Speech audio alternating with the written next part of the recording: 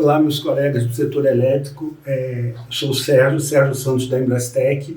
Já aproveito para pedir para vocês seguirem a gente nas redes sociais, nesse caso principalmente no YouTube, principalmente para conversas como eu vou ter hoje, com o Luciano Rosito. É um profissional mais do que qualificado na área de iluminação, engenheiro eletricista, que eu conheci aqui no CEPIC, né? Exato. Que foi um evento muito bacana, que o Luciano tem uma grande participação, coordena vários painéis, faz palestras, e a gente vai estar junto também no CEPIC esse ano lá em Santo André. E aí, Luciano, eu tenho aprendido muito com você na parte de iluminação, um campo fascinante, né? Que a Embrastec atua com seus protetores, mas a iluminação é muito ampla, né? Então eu queria, em primeiro lugar, agradecer você aqui, pedir para você se apresentar, né, a sua formação técnica, a sua formação profissional e como essa formação levou você para ser um profissional tão importante na área de iluminação. Obrigado pelo convite, Sérgio, obrigado aí pelas palavras. Eu vejo assim que é uma trajetória aí de mais de 30 anos, para ser mais exato, 31 anos, trabalhando desde quando eu comecei na Prefeitura de Porto Alegre como estagiário de iluminação, na década de 90, em 1994, até a revolução que está acontecendo com o LED. Nesse período, então, eu tive a oportunidade de trabalhar no poder público, na época que não tinha COSIP para gerenciar a iluminação pública, que mal se falava de um DPS de proteção, que ainda eram lâmpadas de vapor de mercúrio, depois vapor de sódio, até trocar para o LED. Passei pela academia, pelo laboratório, pelo Labelo da PUC do Rio Grande do Sul, coordenando um centro de excelência em iluminação pública, onde a gente começou a falar naquela época, né, de qualidade da iluminação, de melhoria da qualidade, de ministrar treinamentos. Eu estou falando ali de 2006 a 2010. E aí depois, em 2010, eu fui para a indústria, passei por algumas empresas da área de iluminação pública, de diversos tipos de iluminação, de automação predial, e trabalho também como coordenador de comissões de estudo de criação e revisão de norma do COBEI e da BNT, a CE 0303403, luminárias e acessórios. Participo das outras, da 01, da 02 e da 04. Participo da Copant também em criação, agora a gente está numa fase em 2026 de revisão de uma norma de telegestão, então rapidamente me apresentando, e sou um grande entusiasta do tema iluminação e controles de iluminação em geral. Entendi. Já tem um monte de pergunta para você. A primeira pergunta que eu queria fazer para você já colocou. O LED, de fato, é uma revolução? Existe o mundo da iluminação antes do LED, depois do LED? De fato, é essa revolução toda, o LED? Sim, foi gradativo, né? Eu comecei a ouvir falar de LED, se não me engano, a primeira vez que eu desmontei uma lâmpada para montar um circuito de LED, se não me engano, ali foi por volta de 2002, 2003.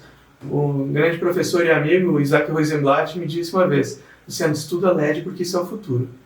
E eu acho que eu segui o conselho dele, né, e muita gratidão aí ao Isaac e outros colegas também. E nessa época eu comecei a estudar sobre aquele LED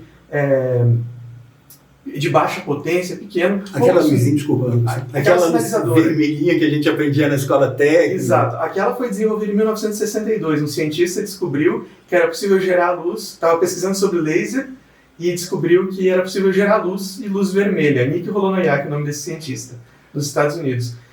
Mas o desenvolvimento do LED para a iluminação foi ali em 1994, 1995, no Japão, 3 cientistas japoneses, acho que foi na Universidade de Tóquio, se não me engano, que desenvolveram o LED de luz branca. E a partir daí, realmente, o LED evoluiu muito. Aquilo que tinha em torno de eficácia luminosa, que se chama eficácia luminosa, lumen por watt, fluxo luminoso por potência, partiu dos 10, 15 lumens por watt, até a gente ver aí mais de 200 lumens por watt, produtos de LED chegando nessa eficácia. Entendi. Então a gente já começa na segunda pergunta, que é o seguinte: eu sou engenheiro eletricista, eu já fiz projetos, nunca de iluminação, nunca foi a minha área forte. Eu fazia os circuitos elétricos e as distribuições para alimentar a carga e iluminação. Uhum. E aí eu estava ouvindo uma conversa sua com uma colega nossa, que é a Silvia Carneiro, com a Larissa Xavier também, que é um podcast muito legal. Uhum. E aí eu percebi uma coisa e queria que você me esclarecesse. A área de iluminação,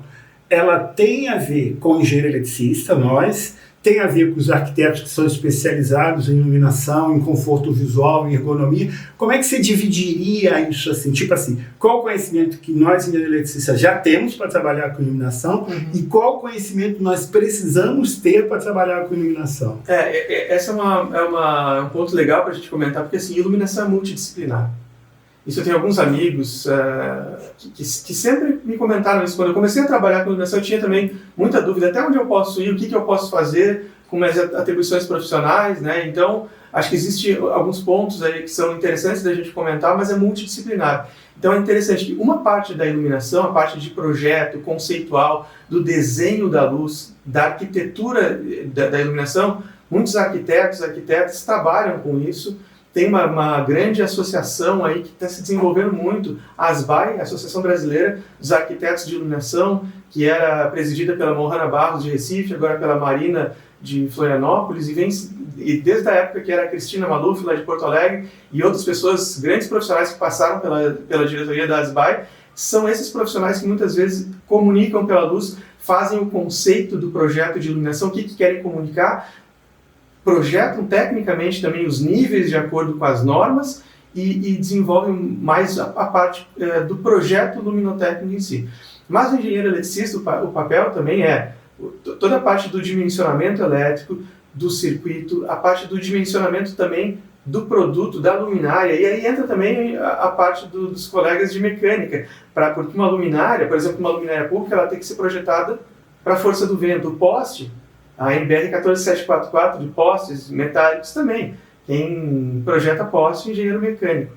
E vários outros profissionais de várias áreas que estão também envolvidos com algum tema de iluminação. Entendi. Eu aprendi com a Silvia, no caso, é uma falha, a gente está aqui para errar e confessar nossos erros, mas a gente tem que evoluir. Eu sempre pensei que a questão do arquiteto fosse mais a valorização do espaço do ponto de vista estético, a iluminação como um elemento de estética, de valorização da informação, mas tem muita questão ligada à saúde também. Isso era uma coisa que você explicasse para a gente. E até eu fiquei surpreso que eu estava lendo num artigo que o cara falou: iluminação de menos faz mal à saúde, mas iluminação de mais causa ofuscamento, problema de lacrimejação também. Diminui a capacidade de enxergar, mexe com ciclos. Muita luz também é ruim também. Sim. Entendi. E como é que a gente faz? Como é que a gente aprende isso? Quais são os cuidados, por exemplo, que a tua experiência mostra que a gente tem que ter do ponto de vista da ergonomia? Bom, o primeiro passo é seguir as normas nacionais, internacionais e os estudos, as recomendações mais modernas que tem nos últimos 10 anos, evoluiu muito. Essa questão da pesquisa de luz e saúde, a gente tem grandes profissionais no Brasil, fora do Brasil. Eu me lembro de alguns nomes, né, que eu vou citando aqui também, né, mas o professor Rui Soares, a Betina Martal, fosse injusto vou esquecer muita gente, mas a gente conversa muito com a Silvia também, que tem muito conhecimento, pesquisa muito sobre isso. Então, eu não sei se é essa frase, eu acho que eu peguei de alguém também, mas iluminar bem não significa iluminar muito. Ah, legal, bacana. É uma frase... Repete, porque o pessoal grava... Fique à vontade para copiar, se souber de quem é a frase, nem os créditos, mas eu já ouvi muitas vezes muito essa frase e eu repito, né? Iluminar bem não significa iluminar muito. Né? Vamos falar assim, iluminar pouco, não cumprir com os índices mínimos, requisitos de norma, é um problema. Isso pode aumentar a quantidade de falhas numa indústria, causar acidentes numa via, aumentar a sensação de insegurança se iluminar pouco. Mas iluminar muito pode trazer problemas. O ofuscamento diminui a capacidade de enxergar, o ofuscamento causa problemas de visão, muita iluminação pode causar até problemas na pele. Então, e também, o que se discute muito hoje, né, é à noite a quantidade de componentes de espectro de luz azul contido na luz branca. Toda luz branca, se a gente, sem entrar muito nos termos muito técnicos aqui, mas se a gente dividir a luz branca, não existe luz branca, né? A luz branca é a soma de todos os comprimentos de onda que compõem aquele espectro, as densidades de potência em cada faixa de comprimento de onda da luz. E a gente enxerga isso, a gente percebe a luz branca como sendo a soma de todos esses espectros. Uma parte desse espectro, se a luz ela é quente, ela é mais amarelada... Aí é a temperatura da cor. Temperatura de cor, né? Que é uma temperatura correlata de cor, TCC ou TCP, que ela correlaciona ao corpo negro de Planck quando a gente esquenta e correlaciona aquela luz que está emitindo. Se é mais quente, mais amarelado, se é mais frio, mais branco. Quando ela é muito branca, como a gente tem aqui hoje, que é o próprio, né, para um estúdio, tem que ter uma quantidade bastante grande de luz e também a luz mais não tão com espectro puxando para o amarelo, para o vermelho. E sim, a luz, o branco frio que a gente chama, tem muito componente de azul. Se a gente tivesse submetido essa luz que a gente está hoje aqui, num período, por exemplo, 7, 8, 9, 10 horas da noite, certamente a gente poderia ter algum efeito nocivo no nosso ciclo melatonina-cortisol. Entendi. Então, por isso que iluminar bem é saber interferir o mínimo na saúde das pessoas, na fauna e na flora com aquela luz. A luz, não existe luz artificial, né? Meu amigo Vicente Scopacasa, que até corrige muitas vezes esse termo, né? A gente fala luz artificial, mas na verdade é luz elétrica, porque luz é luz, não importa. Mas a gente correlaciona aí a luz do sol, né, como luz natural, e quando a gente gera luz através de eletricidade, ou até de alguma outra fonte de luz, a gente tem uma questão que o ser humano se adaptou muito mais tempo como espécie à luz do sol, ao dia e à noite, e regulou seu ciclo biológico com isso. No momento que a gente começa hoje a estar exposto a várias fontes de luz em períodos que não são usuais, para a gente ter esse nível de luz, a gente está mexendo com a nossa saúde. Isso já é comprovado, certos tipos de doenças, alguns tipos de câncer, inclusive, correlacionam com a exposição inadequada à luz azul. E claro, tem também isso, ajuda também a causar distúrbios do sono, que também contribuem para isso. Então, tudo está relacionado. Assim como certas, por exemplo, luz em cidades atrai certos vetores e traz doenças que a gente não tinha para a cidade. Então, por exemplo, a Silvia às vezes correlaciona, né, com um surto de dengue, de que maneira a luz branca está atraindo o mosquito, aumentando, isso é comprovado, aumentar o tempo de vigília do mosquito, o que pode estar contribuindo para uma maior incidência de dengue e de outras doenças que a gente não tinha tanto, quando não tinha tanta luz, tanta exposição à luz. Entendi. A gente sabe, né, os insetos são, em boa parte, claro que cada um tem seu sistema de visão, isso tem que ser estudado para cada um, mas os insetos são atraídos pela luz e principalmente pela luz branca, puxando para o ultravioleta. Entendi. Mas não é que o LED não atrai inseto. Eu tenho LED em algumas partes do meu apartamento que são de baixa temperatura de cor e atrai inseto também. Entendi. Então, pelo que você está me falando, então já seria uma questão até de saúde pública. Sim. Mas, por exemplo, eu, em termos de iluminação, considero um leigo. E outras pessoas que não têm formação técnica, um advogado, professor de educação física, enfim, eles são muito... E quem seria responsável por me proteger nesse sentido? Garantir que a iluminação, principalmente a iluminação pública, seja adequada para a minha saúde? Quem seria o responsável por isso? O poder público, a prefeitura? Então, enquanto a iluminação não for tratada como lei e política pública, todos nós estamos descobertos. Né? Porque hoje não existe uma política pública sobre iluminação. A gente fala muito também de combater os efeitos nocivos da poluição luminosa nas cidades, que é aquela luz que vai para o céu, a gente perde capacidade de enxergar estrelas, interfere em aves migratórias, interfere, de novo, em fauna, flora, e quanto mais poluição luminosa, pior. E cada vez a gente está gerando mais poluição luminosa. Hoje não tem uma política pública no Brasil de combate à poluição luminosa. Em outros países, e não vou longe, não vou para a Europa nem para os Estados Unidos, vamos para o Chile. O Chile já tem uma lei aprovada de combate à poluição luminosa, onde obriga a quem vai fornecer, fabricar luminárias, quem vai adquirir luminárias para uso externo, a não ter um certo nível percentual de luz azul naquela fonte de luz, naquela luminária, aquela fonte de luz que está dentro da luminária. Isso é lei no Chile. Assim como obriga depois... No Brasil não. No Brasil não. A certos períodos, certos painéis luminosos, outdoors, a terem um nível máximo de candelas por metro quadrado de luminância e também ser desligados a partir de um determinado horário. Existe, claro, o Chile tem uma preocupação bastante grande com isso, porque é um país onde tem muitos observatórios astronômicos e poluição luminosa impede essa observação, mas não é só por isso que foi feita essa lei, é por uma conscientização, por preocupação com a população. Hoje a gente está desassistido em relação a isso. Então, a nossa obrigação como profissionais foi quando revisou a NBR 5101, ela foi publicada dia 25 de março de 2024, de colocar um capítulo sobre prevenção à poluição luminosa e limitar os efeitos nocivos da luz azul. E a gente nem foi tão longe, porque norma não é política pública. A gente sabe. Não, repete também isso. Uma norma técnica, ela não faz política pública. Isso é muito importante. Mas quem faz a norma tem que usar o estado da arte e tudo que a gente tem hoje de informação para proteger as pessoas. Qual é o objetivo da norma? O que a ABNT, o que o COBEM fala? O objetivo da norma é prover o nível mínimo de segurança e desempenho. Eficácia, desempenho. Desempenho ou performance, né? Desempenho é o termo mais correto mesmo. Desempenho, segurança para a população sem onerar.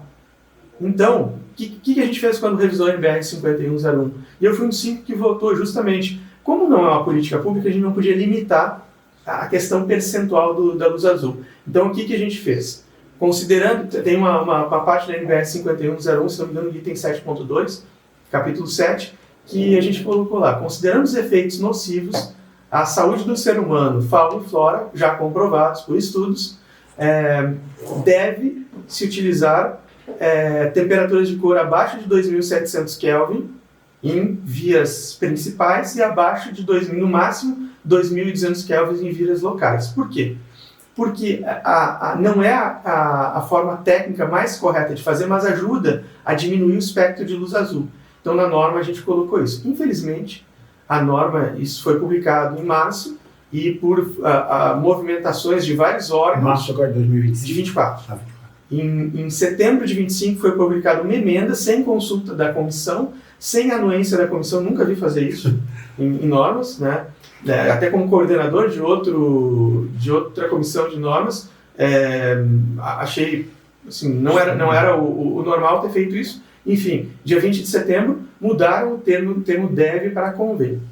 Bom, legalmente, eu como profissional, eu não coloco meu CREA, eu não faço uma coisa que não convém. Acho que quem faz coisa que não convém é inconveniente, né? Então, eu não sou inconveniente na minha atuação profissional. Então, independente do termo, hoje na norma, a norma continua categórica. Apesar de ter sido mudado o termo do deve, de uma obrigação, né, que a norma estava, o profissional, eu como profissional, e seguindo os princípios da ABNT do COBEM, eu conheço, a gente estudou, e disse, deve ser feito assim.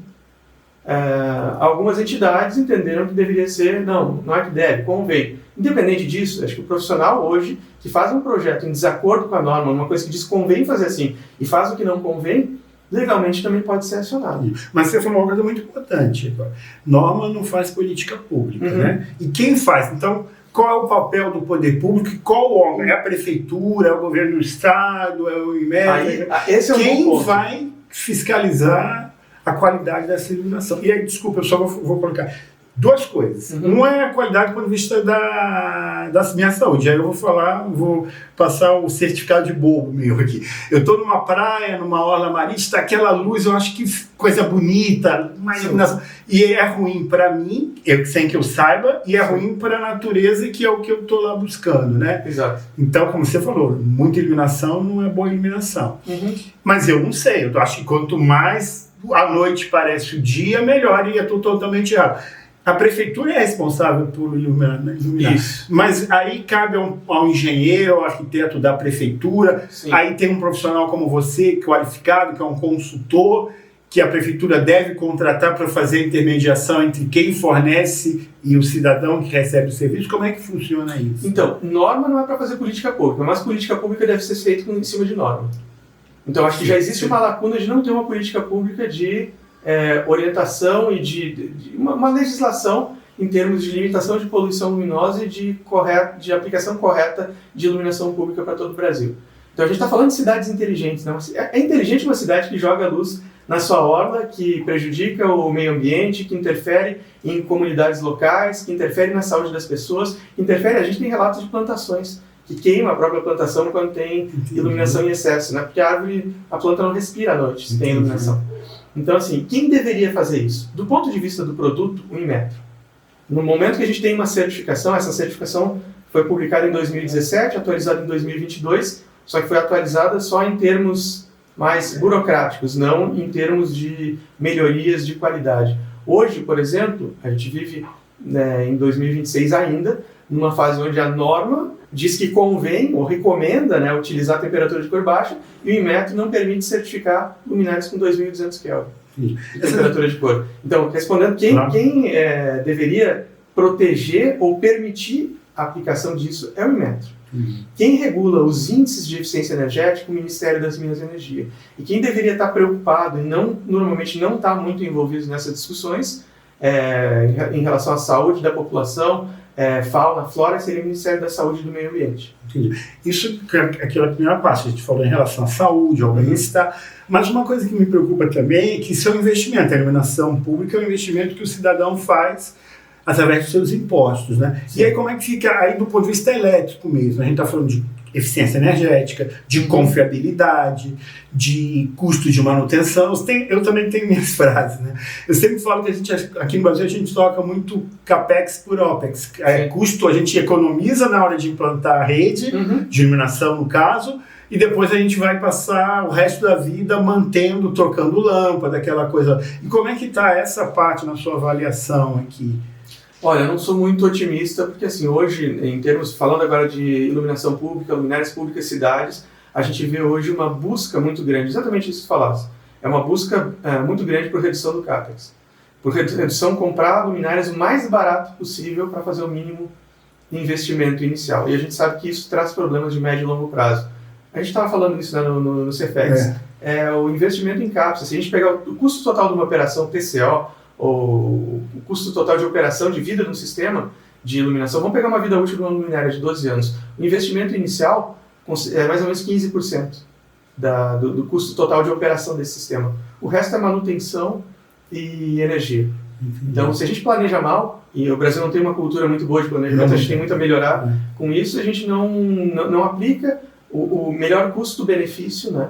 Que tem um balanço também, né? Claro que tem produtos de muito alta qualidade, de muito alto custo e design, que talvez não fossem viáveis, mas a gente tem um balanço. Hoje, eu diria que se a gente tem esse produto aqui, o estado da arte, o mais eficiente, o mais durável, a gente está muito mais próximo do mais raso possível, do mínimo que cumpre a norma, ou do que muita coisa que não cumpre norma está sendo colocada no mercado, do que próximo do que a gente tem hoje de mais alta tecnologia. Entendi.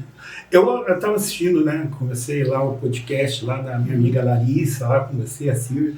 A gente já teve aqui o Danilo também, que é da ConexLED, que trabalha na parte de iluminação pública. E eu estava vendo você falar muito de técnica, de cientista, de conhecimento técnico, essa coisa toda, né?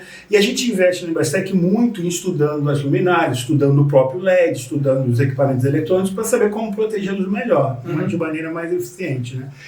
Mas só que a gente enfrenta um problema que esse é o problema de todo mundo que trabalha com a proteção. Eu posso iluminar com ou sem o DPS. Eu não vou enganar ninguém, os colegas da área elétrica têm que saber disso. Só que, como dizia o nosso ministro Pedro Malan, também repito muito essa frase, as consequências vêm depois. Se eu não coloco um DPS ou coloco um DPS de má qualidade, esse custo vai aparecer, por exemplo, no verão, dependendo de uma cidade onde caem muitos raios, é catastrófico. Vai estar o tempo todo o pessoal subindo lá para trocar a lâmpada. Só que o prefeito é leigo. O pessoal de licitação é preço. E aí que entra um papel de um profissional como você, um consultor que faria essa intermediação. Como é que é esse mercado da iluminação pública? Quem são os profissionais que atuam nele e qual a responsabilidade de cada um? Tá, vou contextualizar um pouco um problema que eu já vi hoje, que já me pediram, inclusive, quando eu trabalhava em fabricante de luminária, às vezes me pediam, não dá para fazer uma luminária sem DPS, ficar um pouco mais barato? No edital não tem DPS. Aí, quando não tinha certificação do Inmetro e selo Procel, poderia fazer que não teria problema nenhum. Hoje, existe gente que faz. Eu sei de empresas que fornecem sem DPS quando pedem. Tá?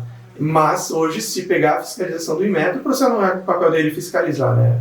O regulamento do Procel, ele é mais criterioso para uma luminária ter selo Procel em termos da qualidade e das normas e da certificação que precisa ter o DPS do que o próprio Inmetro. A portaria 62 do Inmetro diz que precisa ter. Pelo menos o selo Procel já diz que tem que ter e as características das normas são essas. E aí, bom, o problema a gente sabe que existe. A gente já sabe, inclusive, já tem casos reais de prefeituras, inclusive, que não fizeram aterramento nas luminárias, que é outro problema também. E aí isso representa risco à segurança do operador, maiores problemas com a própria luminária, entre outros problemas que vai ter não seguir norma. Desculpa interromper, só para pode falar. No caso de postes metálicos, a pessoa pode tomar um choque e morrer. Existem casos, a Bracopel, que é uma associação que a Embrastec apoia, que faz o anuário estatístico de acidentes, ela tem vários casos de pessoas que morreram em contato com um poste metálico. Porque se há uma falha de isolamento no cabo, o poste está energizado, a corrente passa pelo corpo humano, então aí já é É grave isso. Sim. Então, justamente isso, né? Acho que eu também procuro conversar bastante com a Bracopel, lá com o Edson, lá com o Danilo. E, assim, acho que o papel fundamental aí deveria até ter mais, talvez, alguns eventos que poderia a gente também falar um pouco mais disso no mercado de iluminação pública de cidades inteligentes. Não adianta ter um poste, por exemplo, um poste multiuso com câmera, com tudo, se em algum momento ele pode oferecer risco para a população. Faz sentido, né? Bom, isso tem um pouco o problema, vamos lá para a solução. O que eu vejo assim, para minimizar ou para tentar, de certa forma, não permitir que essas coisas aconteçam. Primeiro, uma pessoa ou uma empresa ou um consultor na prefeitura para elaborar o edital, tecnicamente o edital de licitação, para tentar já fazer a aprovação prévia de modelos, saber produtos com selo Procel, produtos acima em certos requisitos que complementem os itens que estão no selo Procel, fiscalizar isso na hora da licitação e, o fundamental, fazer inspeção de recebimento. Então, contratar um profissional, contratar o laboratório, contratar uma empresa especializada para fazer inspeção de recebimento do produto. Essa inspeção pode ser, por exemplo, desde uma inspeção in loco, que uma empresa vai lá com o seu veículo, com um veículo equipado, com equipamentos para fazer alguns ensaios possíveis fazer dentro de um laboratório móvel, ou então pegar certas peças, no caso de luminárias, por exemplo, pega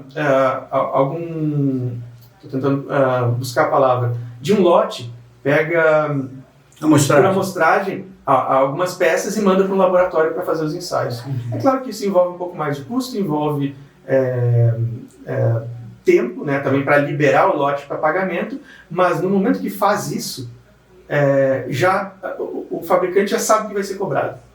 Então já evita ou minimiza o risco de alguém ter a tentação de fornecer uma luminária, por exemplo, sem um DPS, ou sem um cabo de aterramento, ou com um componente que foi adulterado, ou que foi colocado outra marca do componente para baratear o produto. Então, tudo isso evita. E claro, depois com o relatório com a inspeção na mão, já é uma segurança, inclusive, para o profissional da prefeitura, que ele não vai ter um problema. Então, se eu fosse, mesmo que não fosse um engenheiro, um técnico da prefeitura, se eu fosse um administrador da prefeitura, ou um responsável por licitação, eu sempre pediria inspeção de recebimento, porque a chance de eu ser acionado depois como profissional responsável por aquela compra, ou mesmo gestor público, né? Gestor público que não segue norma é um risco. Então, se tiver algum problema, como é que a norma, a principal uso da norma, e que quando acontece o problema, o pessoal usa a norma para fazer o laudo. Por que não faz uma inspeção antes?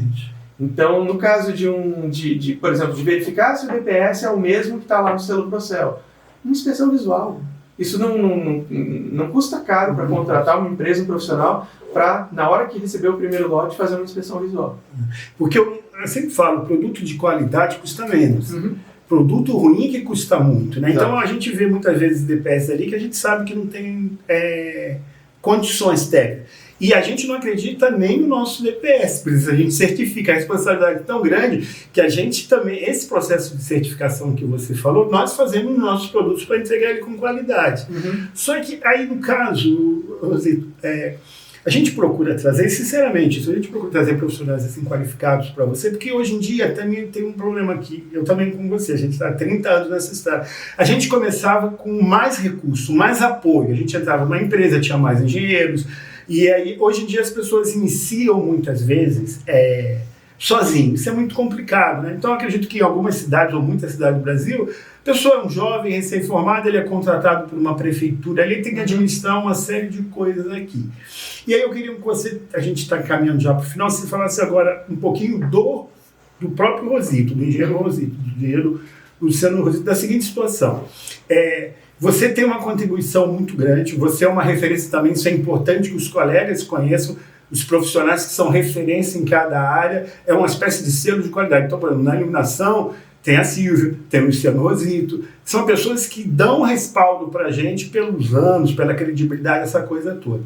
Você contribui com a gente no seu tempo, essa é uma atividade que não é remunerada, que de normas e de palestras, normas, participações em congresso. Mas profissionalmente, como é que as prefeituras, e eu também acredito que até shoppings, indústrias que precisam de um apoio para instalar uma iluminação de qualidade do ponto de vista de segurança elétrica e do ponto de vista da ergonomia também, como é que elas acessam você, qual é a prestação de serviço que você faz, que no final do dia a gente precisa pagar as contas, né? Sim, não, justamente esse suporte técnico, eu assim como diversos profissionais também reconhecidos, às vezes a gente até procura recomendar colegas, né, até pela região, por ser mais fácil acesso aí pelo Brasil, né, mas vocês vão ter meus contatos aqui, e-mail, redes sociais, fiquem à vontade para depois aqui assistindo esse episódio, depois me contatar também, tirar qualquer dúvida, tirar qualquer esclarecimento, né? O importante é isso, é contar com profissionais que vão ajudar em várias fases da aquisição desses equipamentos. Isso seja numa compra de uma prefeitura, pode ser uma compra privada também, mas às vezes esse exemplo que tu desse de um profissional que chega lá na prefeitura, não tem muita experiência, eu passei por isso. Entendi. Quando eu estava em Porto Alegre, o que eu fiz, né? Vou contar o meu caso, né? De mais de 20 anos atrás. É que eu ficava perto, né? Eu praticamente atravessava a Avenida Ipiranga, eu estava dentro, eu podia ir caminhando até o Labelo. Mas eu não conhecia o Labelo, o laboratório, né? E hoje a gente tem vários laboratórios, além do Labelo. O Labelo também hoje já é um laboratório de referência, já faz mais de 15 anos que eu saí de lá, infelizmente só cresceu o laboratório e evoluiu muito lá também, com quem faz toda a gestão lá desses ensaios para iluminação. Mas assim, procurem profissionais, entidades, laboratórios, certificadoras que vão dar esse suporte. Eu estava contando, né? Eu passei por isso na época que não tinha certificação, não tinha portaria 62, mal tinha norma. Eu pegava as normas, eu criei uma especificação e, claro, aí eu contei com a ajuda de profissionais, com o Ilume de São Paulo, na época que o Paulo Candura trabalhava lá, com a Rio Luz, na época que o Israel trabalhava lá, e outras entidades, CEMIG, o Sérgio Blaso, me ajudou muito e comecei a criar especificações técnicas para prefeituras. Esse trabalho deu tão certo que o Labelo depois resolveu criar esse Centro de Excelência em Iluminação Pública e disponibilizar essas especificações para as prefeituras do Rio Grande do Sul. Mas hoje é muito mais fácil ter acesso, né, com internet, com vários portais que disponibilizam essas especificações. E hoje isso também tem estruturadores de parceria público-privados, também empresas que já também estão estruturando, desde sempre já estruturaram muito bem as especificações técnicas, não tão detalhadas em termos de prescrição, mas bastante detalhadas em termos do desempenho que o produto tem que ter em campo. Entendi. Você faz projetos também? Sim, projeto luminotécnico, projeto de especificações, ajudo nessa construção de um edital, de um termo de referência, de um edital, de uma PPP, para deixar bem claro o que é o requisito técnico, se for preciso fazer uma homologação prévia também, que ajuda bastante a filtrar a qualidade sem restringir nenhuma concorrência. Então isso é perfeitamente possível e obviamente legal de fazer para a prefeitura receber produtos de melhor qualidade, que tenham o DPS, que tenham dentro do driver também o seu próprio DPS dentro do driver, que o dispositivo de controle da luminária tenha uma baixa taxa de falhas, que conheça o comportamento de todos os componentes dentro da luminária e que o fabricante seja um parceiro e não um gerador de problema. Entendi. A gente está encaminhando para o final aqui, já vou agradecer você, convidar novamente os colegas para se inscrever nos canais da Embrastec, principalmente no nosso canal no YouTube. E aí é uma coisa interessante nesse sentido que nós dois trabalhamos em empresas alemãs, já temos, e uma vez uma pessoa na Alemanha falou uma coisa muito interessante. São empresas, são prefeituras, são empresas grandes, CNPJ, mas negócios são feitos entre empresas também, né? Então, entre pessoas, né? Desculpa, entre pessoas. E aí, nesse caso, é interessante porque você tem 30 anos. Quando a gente pega, você tem artigos em revista, você é uma pessoa muito conhecida. Então, a gente não tem possibilidade de a pessoa dar errado, ou ter um projeto errado contratando um profissional como você. Você não vai fazer nada ruim porque é o seu nome que está em jogo. É um nome consolidado ao longo de muito tempo, né? Então é muito importante também a gente valorizar os grandes profissionais aqui, que sirvam com espelho para a gente e coloquem no sarrafo para cima também. Porque aí eu vou terminar aqui, queria que você concluísse ou deixasse uma mensagem para a gente. E aí é uma coisa que realmente eu não sabia. Eu comecei a aprender e tem me impressionado muito a importância da iluminação na qualidade de vida. Eu tenho casos familiares, assim, me dói muito isso aqui, inclusive o ciclo circadiano está muito direcionado ao mal de Alzheimer. que de noite, quando a gente dorme, o cérebro faz uma varredura nas toxinas que estão no nosso cérebro. Se a gente não dorme bem, essa limpeza não é feita, vamos dizer, vai para baixo do tapete, né?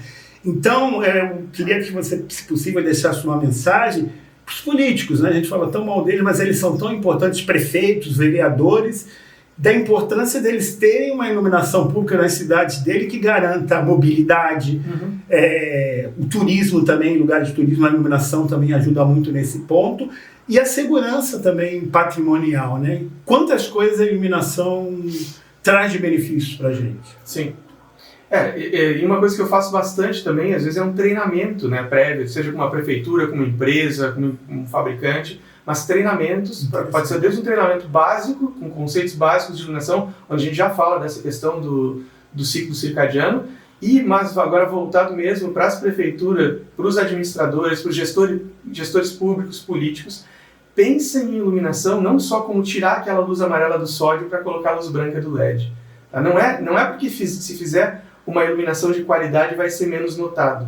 Isso pode ser muito bem comunicado para a população em termos justamente de respeito à saúde, de melhoria de índices de segurança, em relação a favorecer a sensação de segurança e iluminar áreas que estão degradadas para auxiliar a cidade. A iluminação não resolve o problema de segurança pública, mas pode ajudar e da maneira correta. Porque se gerar efeitos colaterais, o que acontece? Muitas vezes, o político é mal visto quando ele joga luz dentro da casa das pessoas. É verdade. Quando ilumina onde não deveria iluminar. E às vezes, se a iluminação é mal projetada, isso acontece muito, né? Isso pode perder, inclusive perder voto. Por quê? Se a iluminação não está bem projetada, ela vai mais para frente da luminária e menos para trás. Ninguém me contou. Eu já vivi isso numa cidade que eu estava em campo à noite e a pessoa que veio da casa da frente veio elogiar, perguntar, inclusive a gente era candidato a vereador, que estava mais ou menos na época de eleição. Não, a gente só está fazendo uma medição aqui. Não, porque está muito bem iluminado e não preciso mais colocar a chave na porta, ligar a lanterna do celular para colocar a chave na porta. Deu 15 minutos, abriu a pessoa de trás. Ficou muito ruim essa iluminação, porque a luminária jogava muito luz para frente e não para trás. Então pensem, pessoal de prefeituras, pensem que iluminação não é só trocar o sódio para o LED. Iluminar é dar a iluminação correta, com uniformidade, com a percepção das pessoas, uma pessoa enxergando a outra na rua. Isso é qualidade da iluminação. E com isso tudo, né, é óbvio que quem investe em iluminação numa cidade quer retorno de investimento. Substituir o ineficiente por eficiente, a gente tem ganhos aí da economia de 40%, 50%, 70%, na média, 60%, 70%. É um investimento, né? É um investimento que retorna para a prefeitura. Só que tem que ser feito da maneira mais consciente e correta. Entendi. Eu queria agradecer. É a segunda aula que eu tenho com você. A primeira foi particular, foi uma conversa nossa aqui muito produtiva. Então eu, o Sérgio, a Embrastec, o pessoal da GHM também, todo mundo envolvido no mundo da iluminação. Então agradeço essa aula pública que você deu, disponibilizando para todo mundo aqui. Muito obrigado. E eu que agradeço a oportunidade. Fico à disposição, deixando meus contatos à vontade para quem quiser contatar. Legal, obrigado. Obrigado.